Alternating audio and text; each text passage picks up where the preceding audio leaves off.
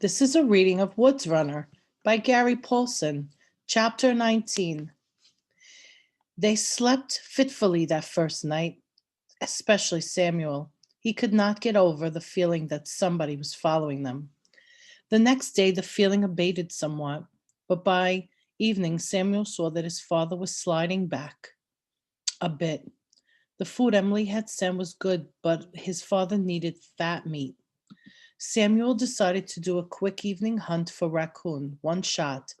Hopefully, away to the west was all he would allow himself. With luck, nobody would hear it.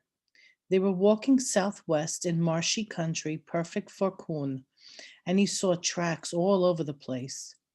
He left the group resting and moved to the west an eighth of a mile, walking, hunting, and hadn't gone 50 yards before he saw a small female with two kits. That wasn't what he wanted, and he kept going. Out from her in circles. Within 20 minutes, he came on what he was looking for, a large bear coon halfway up a tall oak sitting on a side branch.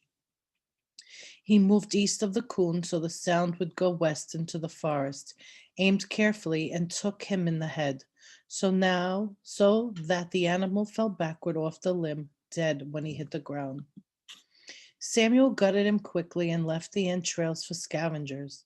Some people ate coon liver, he knew, and bear liver. Bear and raccoon meat were similar, but he never trusted it. The old man had once told him bear and coon liver had will give you the gut grips, so he stayed away from it. Back with the others, he skinned the coon, built a small, very small fire with the driest wood he could locate, and cooked the meat in half-pound chunks, fat dripping from it. He killed the fire as soon as the meat was cooked. He forced his father to eat several helpings of it. Then he and his mother and Annie ate until they were full. He saved the rest for his father to eat over the next 2 or 3 days. They wanted to talk then, especially Annie, who was nearly bursting. My talker is about to blow up, she told him, but he shook his head, wiped the grease off his mouth, took his rifle, and went back up the trail a quarter mile. He sat in a small stand of hazel brush next to the trail, dozing all night watching. The sound of the gunshot worried him immensely, as did the smell of smoke from the fire. Even a soft breeze could carry the odor of smoke for miles. But he needn't have worried. Nobody came along, and he went back to the family at dawn and awakened them. After letting them tend to themselves in the woods, since there were no privies, he started moving again in silence. That day they stopped for breaks 4 times, and he forced his father to eat more coon. The rest of them ate the remainder of Emily's venison and corn dodgers. They started to hit across trails about midday. There was still good forest all around them, and they walked in a beautiful green tunnel. Although the trail seemed to get more beaten down as they moved southward, now and again they came to cross trails that ran east-west, and they went west. These trails were even more compacted, and twice they crossed over paths with twin ruts where carts and wagons had moved through. This frightened Samuel. They were so wide and exposed that he was especially cautious in the way he let his family cross them. He stood and waited for 10, 20, 30 beats listening, and then sent one person across at a run, waiting and listening for another long stretch before sending the next person and the next, and then finally himself.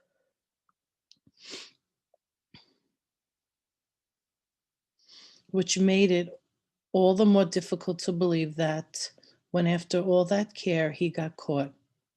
On day 4, even at the slow pace Samuel thought they had made close to 15 miles a day, they came to an area that seemed slightly more civilized, forest still, but here and there a farm off to the east. They had to bear west and avoid the larger cleared areas. The cross trails were becoming more substantial as well. Double rutted roads appeared fairly often, and now and then proper roads well traveled, hand graded and planked over the muddy spots. They came on such a road near the end of the fourth day. It was sunny, although nearly evening, and they had relaxed, knowing that they would soon stop for the night. Samuel came around a tight turn in the trail and stepped out onto a real road without thinking.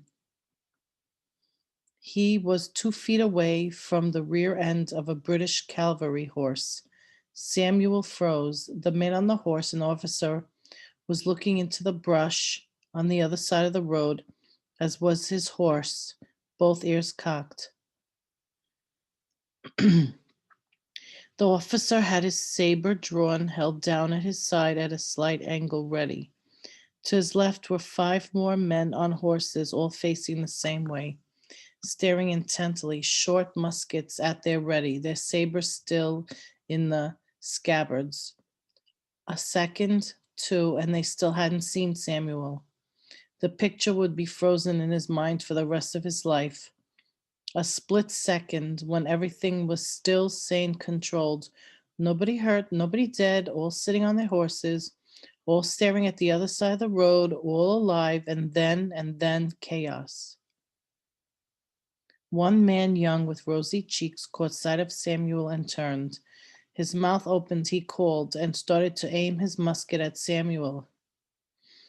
At the same instant, Samuel raised his rifle, cocked the hammer, and before he could shoot, the officer could shoot, the officer wheeled his horse, which knocked Samuel away, chopped his saber down at Samuel, just as Samuel pulled the trigger on his rifle, aiming up at the officer.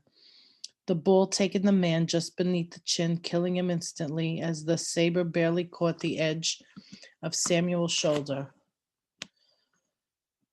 Samuel fell back to see his father coming out of the woods to help him.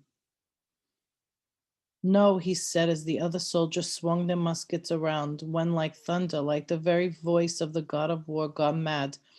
The other side of the road erupted in shattering roars of flame and smoke. The men on the horses were blown off their mounts into brush, dead by rebel fire.